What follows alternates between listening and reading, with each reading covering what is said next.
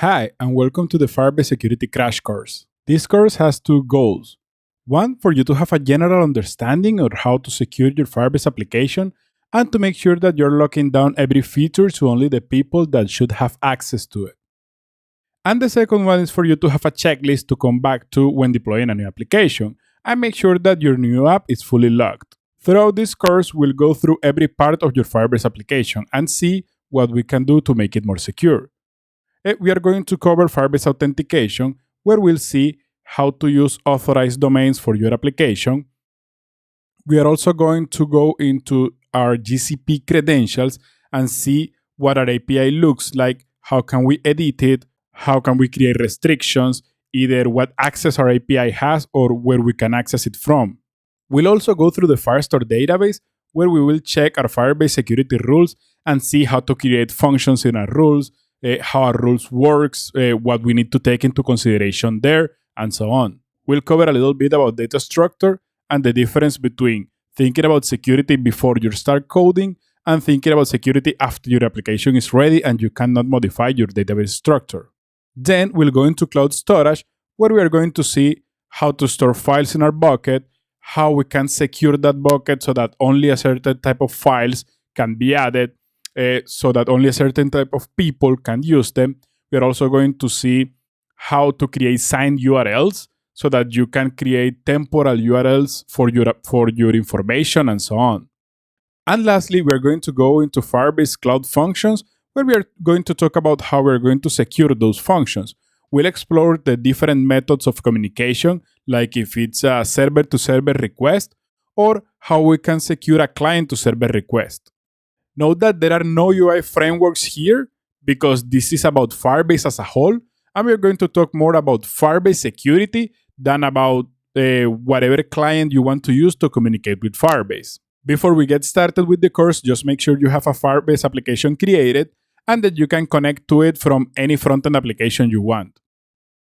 And as always, if you have any questions, if you get into an issue and you need help somehow, you can reach out to me at jorge@jsmobiledev.com. There are two things you need to have in order to go through this course. First, you need a UI application. You can use any UI framework you want. This course is about Firebase as a whole. We are not looking into any specific UI frameworks. And second, you need to have a Firebase application created on the Firebase console. For the UI part of the course, I'm going to have an Angular application. The app doesn't really do anything.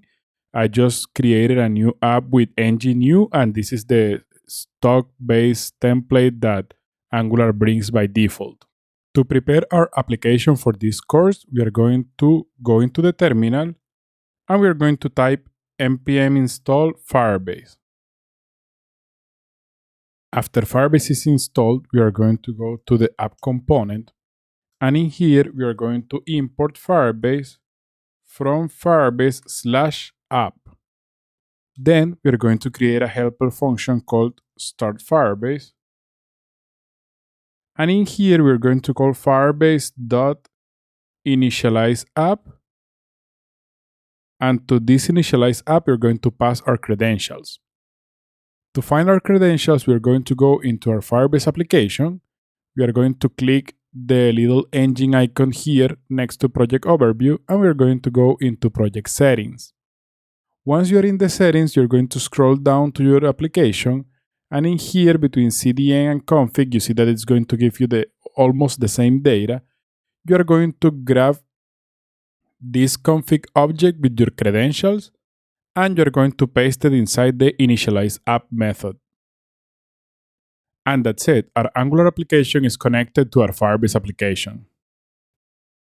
Firebase gives us an entire authentication system for free that we can use on our Firebase application or as a standalone if we have a backend somewhere else. The authentication system handles almost everything you need in terms of user authentication, password encryption, and different methods of authentication. To see what we can do with the authentication system, you're going to go into your Firebase console and you click on the authentication button in the navigation bar. There you're going to see a list of your users and the sign-in methods. When you click on sign-in methods, you see all of the authentication providers you have available with Firebase. With that out of the way, let's talk about the different things we can do to secure our authentication system. First, let's talk about authorized domains. For security reasons, to be able to use phone number, social, or third party authentication, all of the ones that require redirect or pop ups, the domains you'll use need to be authorized. So, one of the things we should do before deploying our app is ensuring that only the domain we are going to use is in the authorized domain list. For that, you're going to look here, and when it says authorized domains, first you need to remove localhost. That way, we avoid someone running your application in development and being able to do it.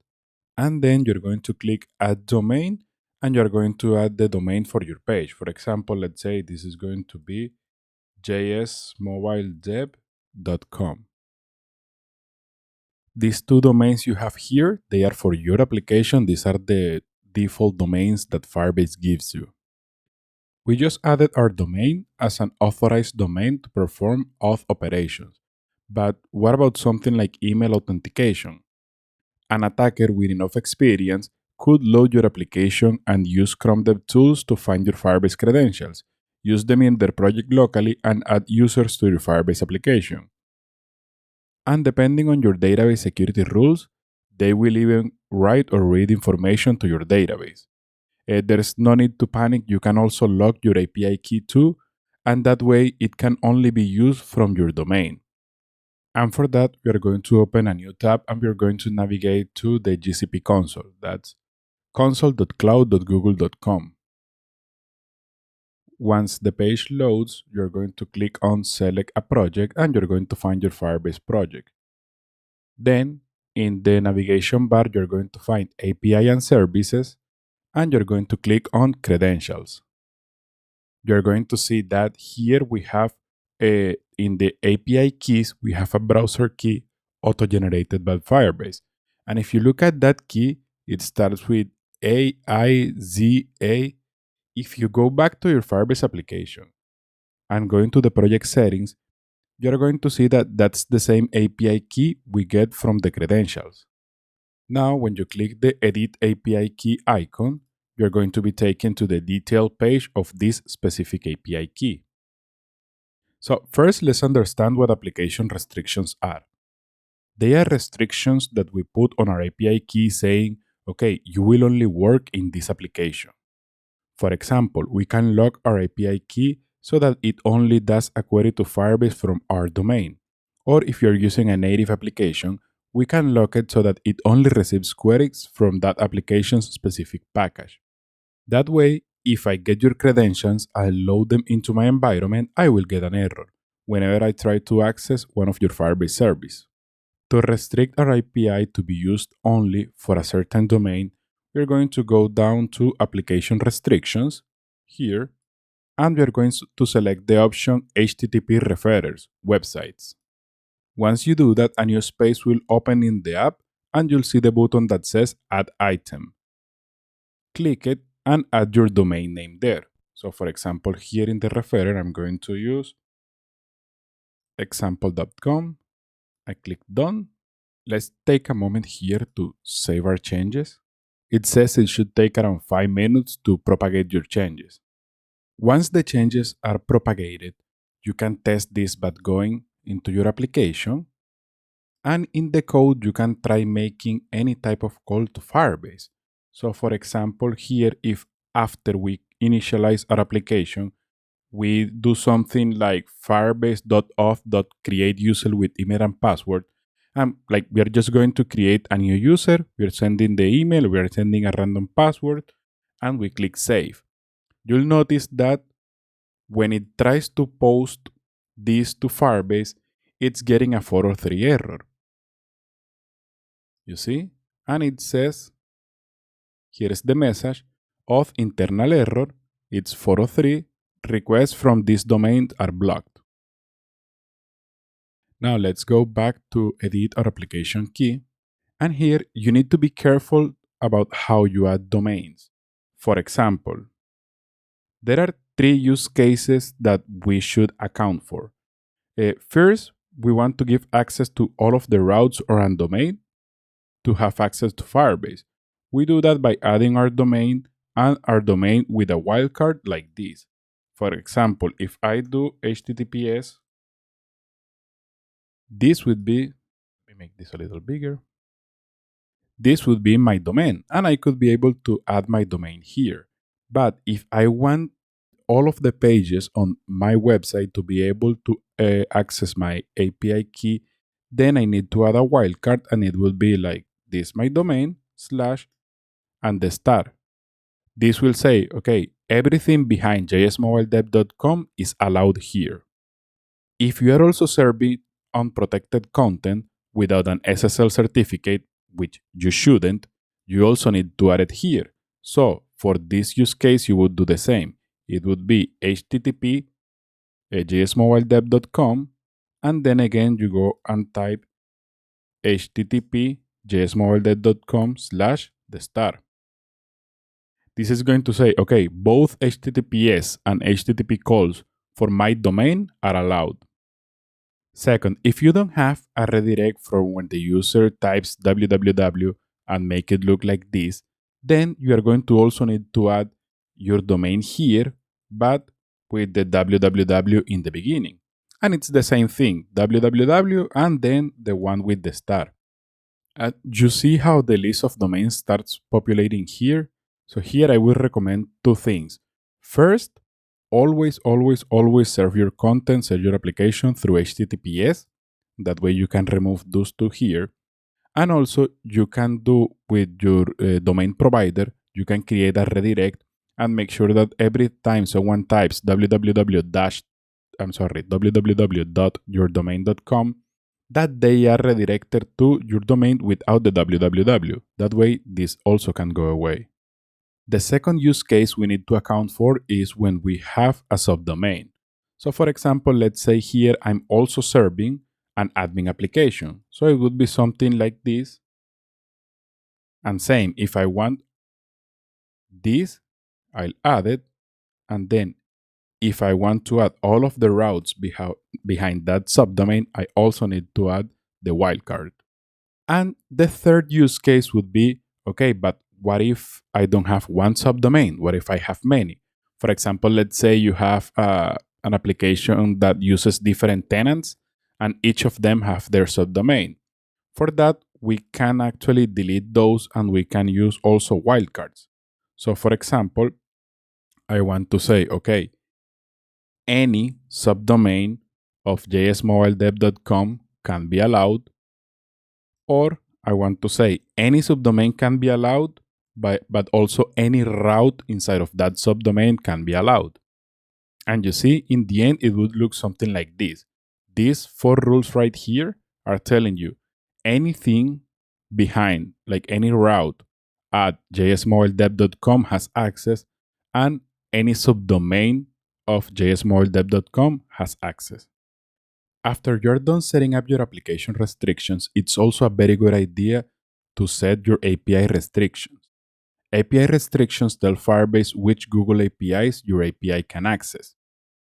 It's a good idea because if your API is compromised and someone manages to spoof a request from your domain, then we have an extra layer of security that says, okay, this API key can only access Firebase Authentication and Firestore, nothing else. For that, you're going to navigate below website restrictions, and when you find API restrictions, you're going to say restrict key. And in here, you can select the APIs you want to give access to. So for example, here we're going to find there's nothing for auth, okay, here we have Firestore, say Firebase hosting, what else? Firebase rules API. We're not going to use app distribution, cloud messaging. So yeah, we are only going to give those three rules. That way, if something happens to our application and the key gets compromised, they can only access these three portions of the Google Cloud Console. This will work for more than authentication. You are also locking Firestore access and more. So make sure that you do this for your production application. But before you do it, you have to set up the Firebase emulator so that you can develop your app locally unrestricted. Because ideally, then localhost won't be able to access your application. Let's define the two ways we are going to secure our cloud functions. There are two different types of communications for our cloud functions. One is server-to-server communications. This means that the request comes from another secure server. And the other one is client-to-server communication. This means that the request is coming from a browser, a mobile application, and so on. First, we are going to talk about server-to-server communication. For server-to-server communication, there are multiple ways we can add. One of my favorite approaches is to use the private API key methodology, meaning that you have a private key for your account and from your server you make requests using that key to the service. We can do the same with cloud functions. For example, let's say I want to create a function where my users can get some data they have on the database under their user ID. One way to do this from a server-to-server approach is to use the two-key method, where the user has two keys. Send them both and both have to match. Some services call them public and private keys. You can call them however you want. Let's say you decide to do this. The public key can be the user's UID, and the private key can be a long random string you entered, or you generate with a package like UUID or something like that. For example, it would look a little bit like this, where you have that private key, and that's a random string, and the public key in this case would be our user's ID. So, in case you were going to send the payload through the post method, you would send it like this. With that in mind, let's start locking our function. One thing we can do first is to establish the request method. In this case, we are only going to take post requests.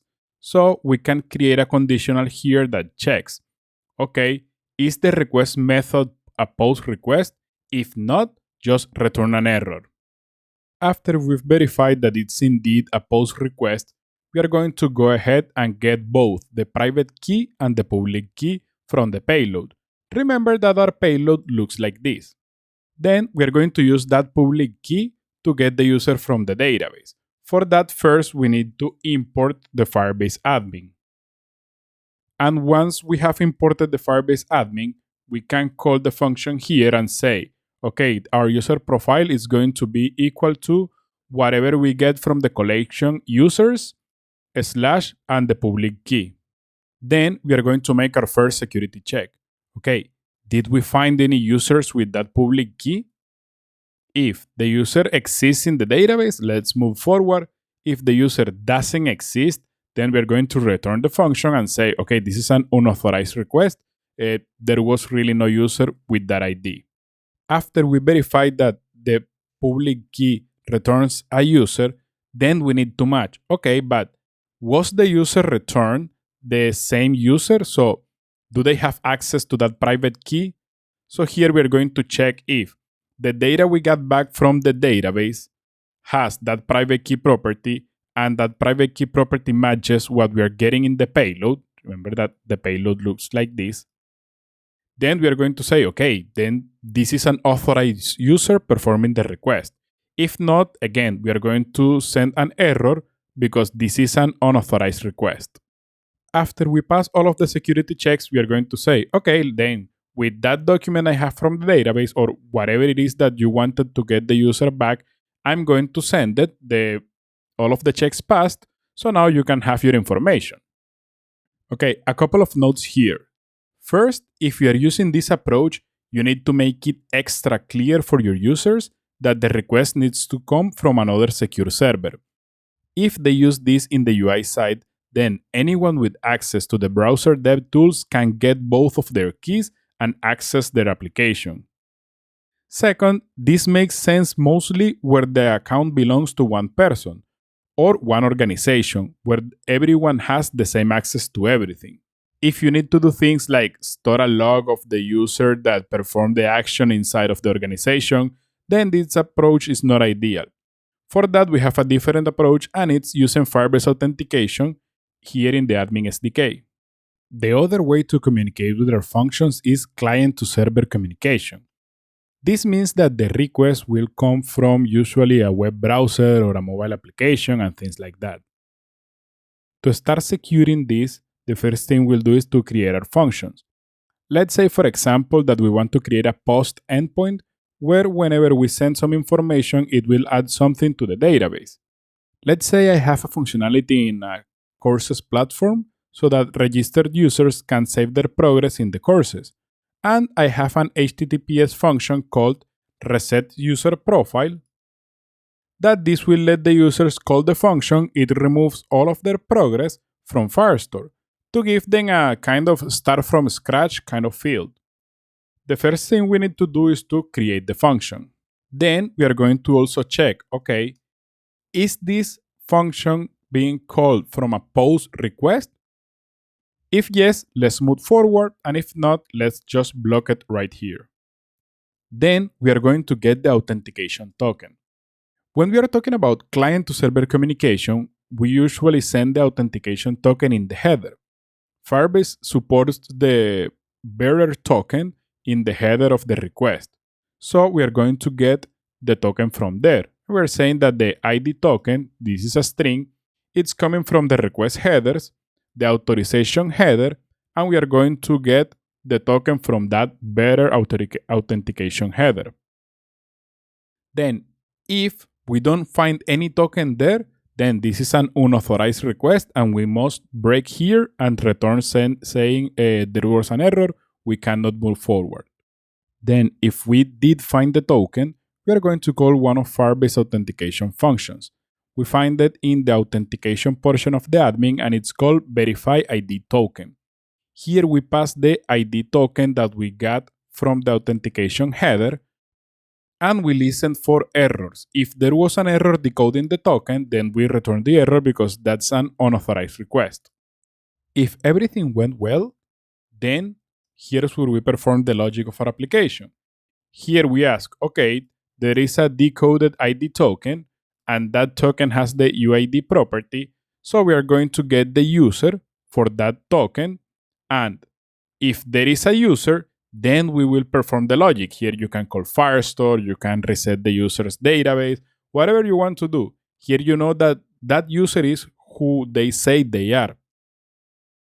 If not, like if this admin.getUser doesn't get a user with that UID, it means that, yeah, they send the token, but that's not the user that we're expecting to get there. So we return with an error and saying, okay, this is an unauthorized request. And that's it. Your function should be secure now. By the way, one way to avoid a lot of headaches on the UI side is to use Firebase Callable Cloud Functions. That's a functionality in the Web SDK where they handle everything for you. You use the callable function and they get the currently logged in user, they get the proper token, they add that token to the header, and they send the proper request. Let's talk about Firestore security rules so that we can start locking down our database so that only authorized users can access their data. I want to do a big parenthesis here because in reality, you should think about security rules before you even start building the code and storing the data. If you leave the rules open and trying to lock them all in the end, you'll certainly need to do some refactoring in your code to comply with the security rules and their limitations. So if you haven't started building the app, that's great. Go through this lesson before you decide on a database structure. And if you're about to deploy, I'll give you some tips and workarounds if you cannot restructure your data. To access Firestore security rules, you can go into your project and in the Firebase console, you can click Firestore and where you're going to see your data, then you can click rules and you're going to be able to open the rules as shown here. In the rules tab, we have the ability to both write and test our security rules. They even offer a simulator when you can simulate actions here in develop and test for different users to make sure that the rules are working as you expect before deploying. When you first create an application, you start in development mode, which means that all of your paths are open by default. So as you can see here, we are starting in development mode. The rules you're going to be seeing are similar to this, or they will have something like they will be open for the first 30 days that you are playing around with the database. So let's try to first understand what's going on here. This line right here that says match document star star, this is telling our security rules that whatever is going to happen next is going to apply to the entire database. And this line allow read write if true is saying that we are going to allow read and write operations everywhere. Before we start securing our documents, let's first see how security rules work. First, let's explore how match statements work. The most basic representation of a match statement goes something like this, where you are matching the path to the database and the conditions to be able to read or write. Those blocks can be as simple or complex as your app needs them. For example, if your database only needs to be read or written by authenticated users, you can set up a global condition for that, and it will look something like this. It will say, okay, every document in the database is going to be allowed to read or write if the request.auth is different from null. Request is a keyword we have access here in the security rules where we are getting the request object. In here we can get the request.auth, this is the authentication, and the request.resource, this is the data that's coming inside of that request. This line right here that has the equals star star is a wildcard. It means that it will match to all of the paths in the database. Besides this, you can also match individual paths in the database. So for example, you can also do something like this. And you're going to say, okay, in the user ID path, I'm going to do this. In the documents, I'm going to do this, or whatever, something else, I'm going to do this. And this is a way to also separate the rules based on the structure of your database. And in this path, when we pass the name in curly braces, we are saying it's a variable. So if I have users 1 to 3 or users 1 to 4 or something like that, that rule will apply to all of them. Another cool thing to do here in the Firebase function is that you can also create functions.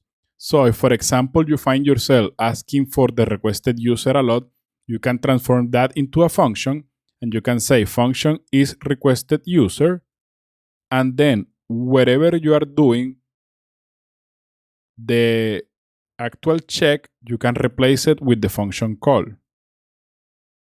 And you can see how you can add things like, okay, I'm going to add another condition, and that will apply to all of the path where we are using our functions.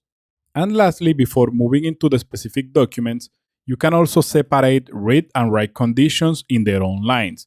So if, for example, you want different conditions, if it's a read request, if it's a write request, you can specify it as granular as you want.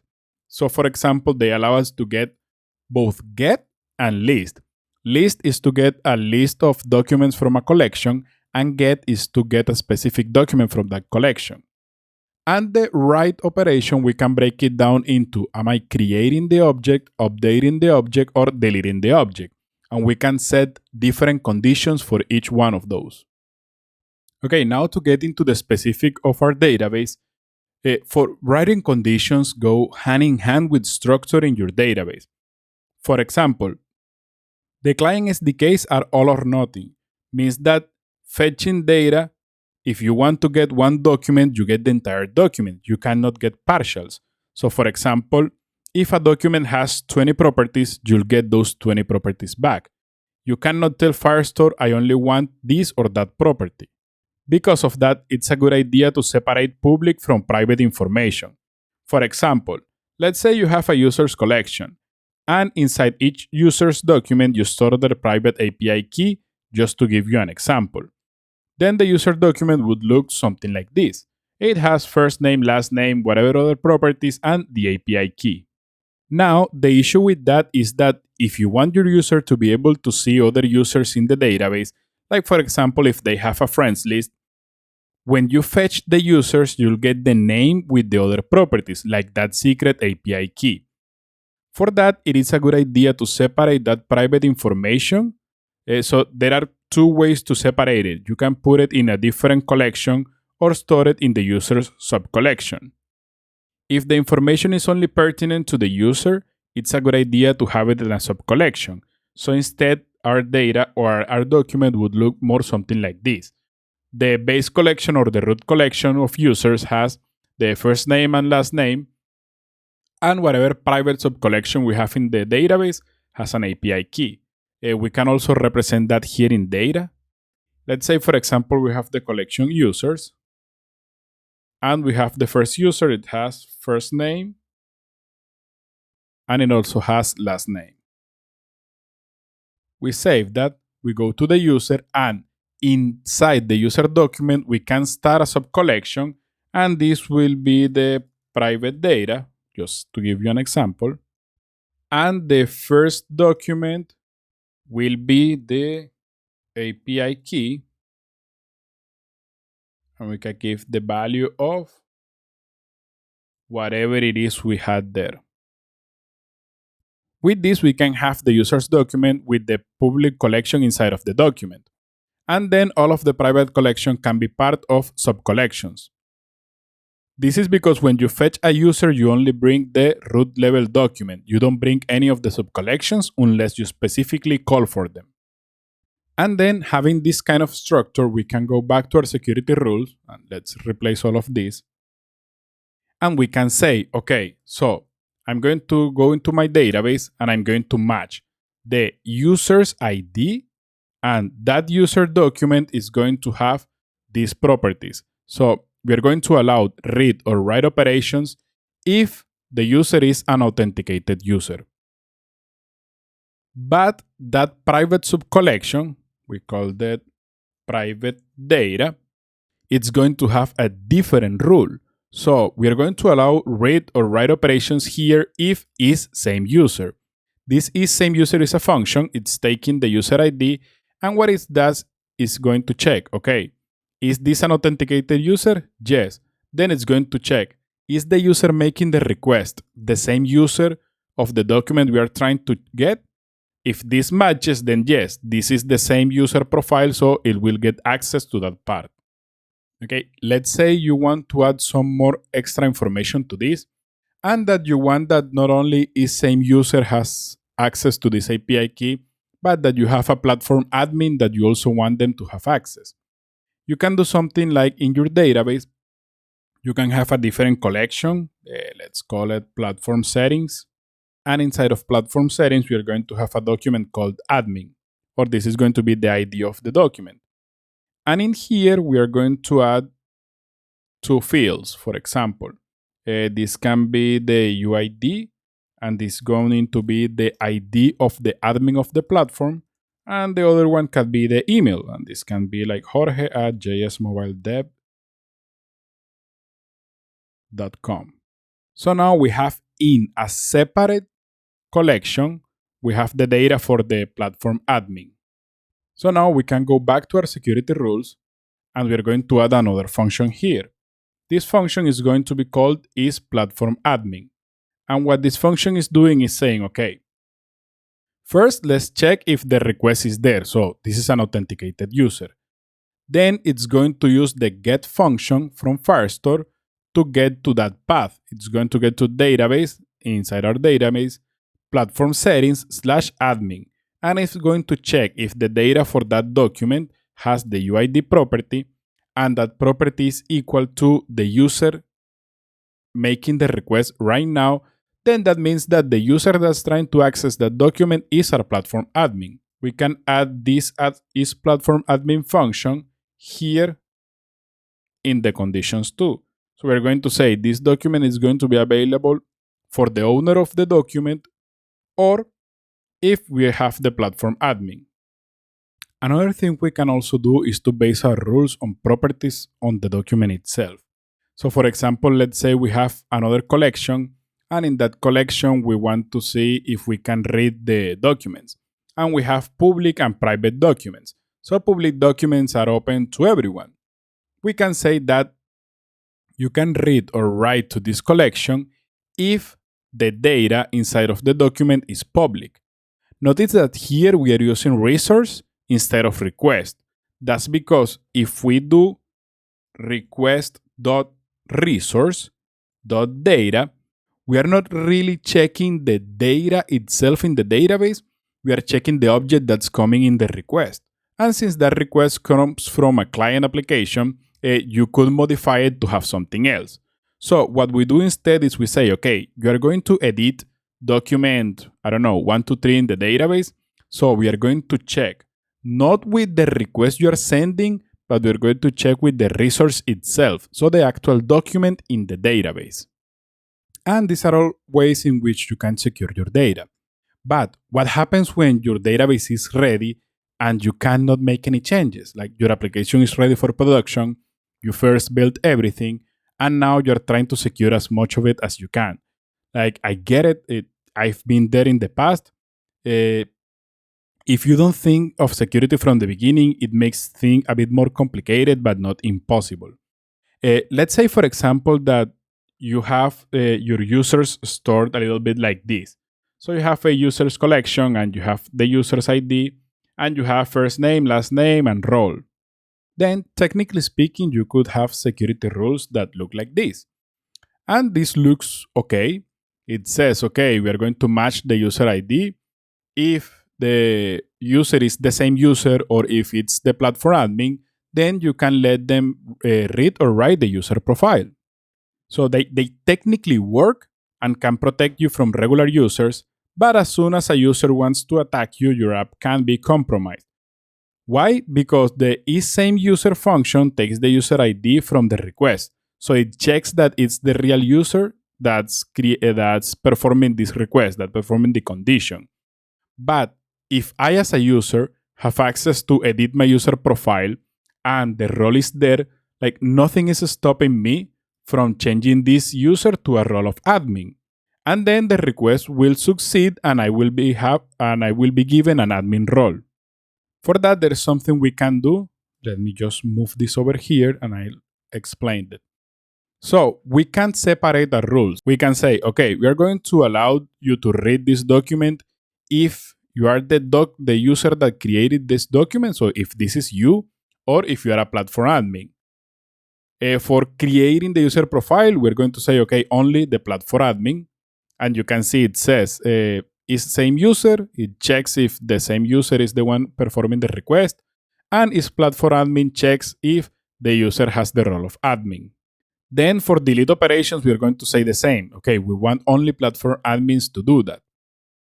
But for update operations, this is where things change because we can say, okay, if did role change or is platform admin and we can check, as you can see, all of those rules right here.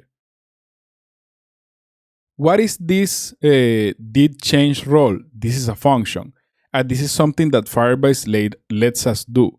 We can check the request and we can see the data inside of that request.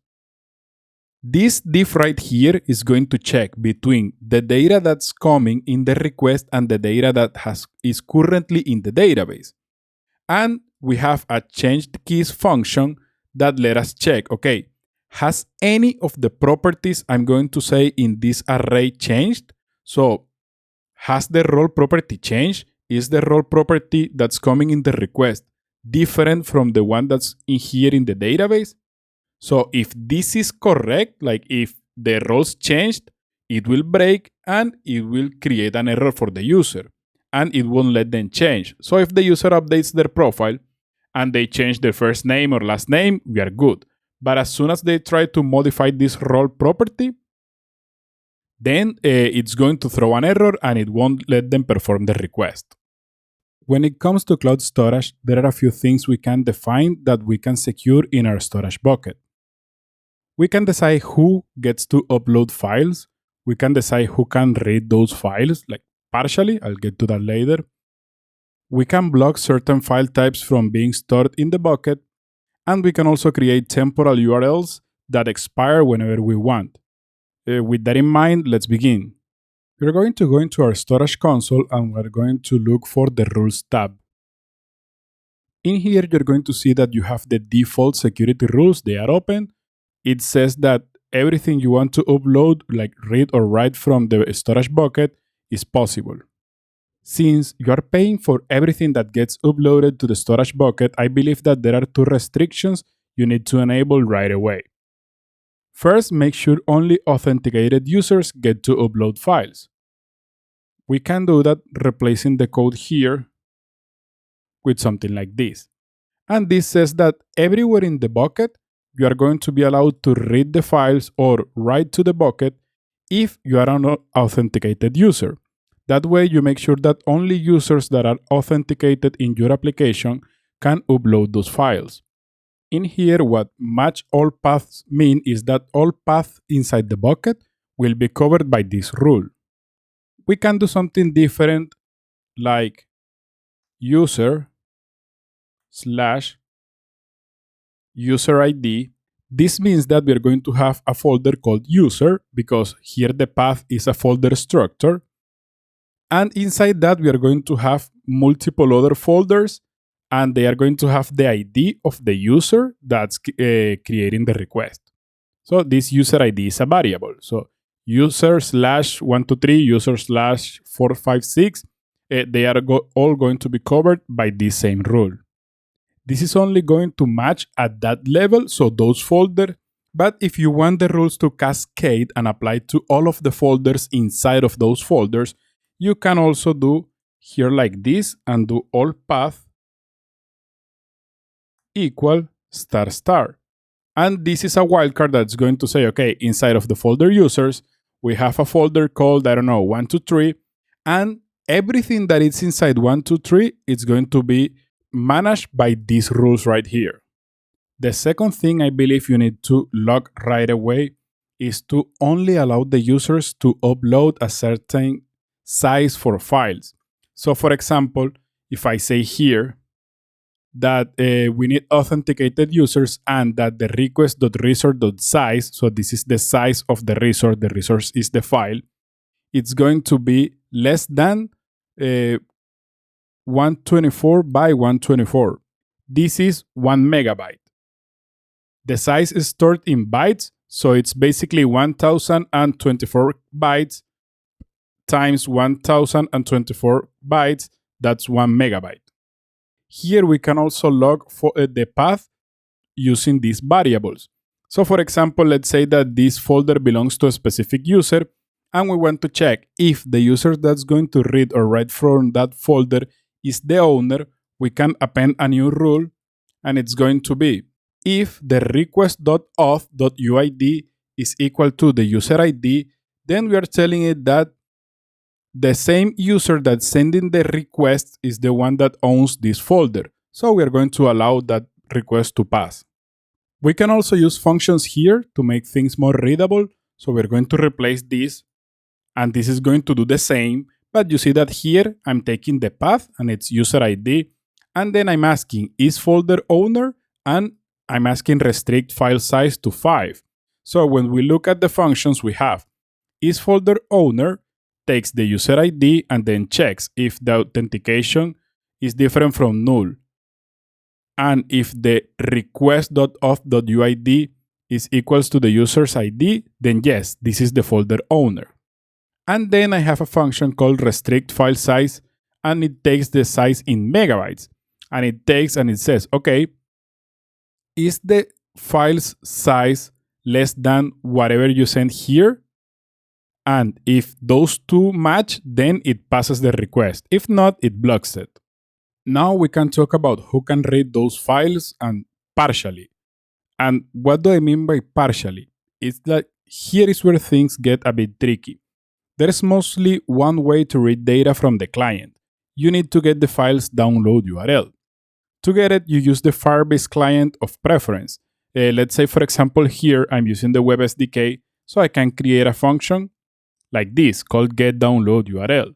It's going to get storage from firebase.storage, and then it's going to create a reference to that file that I have on the bucket. So for example, here I'm saying in the users folder, it's user, I'm going to get the folder with the ID of Jorge Vergara, and inside I'm going to get a file that's called profile.png. Then to that reference, I can use the getDownloadURL method. And this will return the profile picture URL. where the profile picture URL is the URL you can use to access or download the file. You can use it directly in the browser, or you can add it as the source property of an image tag, or so on. Now, here's the issue and why I say it's tricky. Getting the download URL is protected. It uses Cloud Firestore security rules. So, if you have permission to this path in the database, then this function will use the security rules and you'll get that file. If you don't have permission, you won't get that file. But once you have the download URL, like once you have the permission and you download the URL, the download URL has the bucket download token in it. So the URL will look something like this,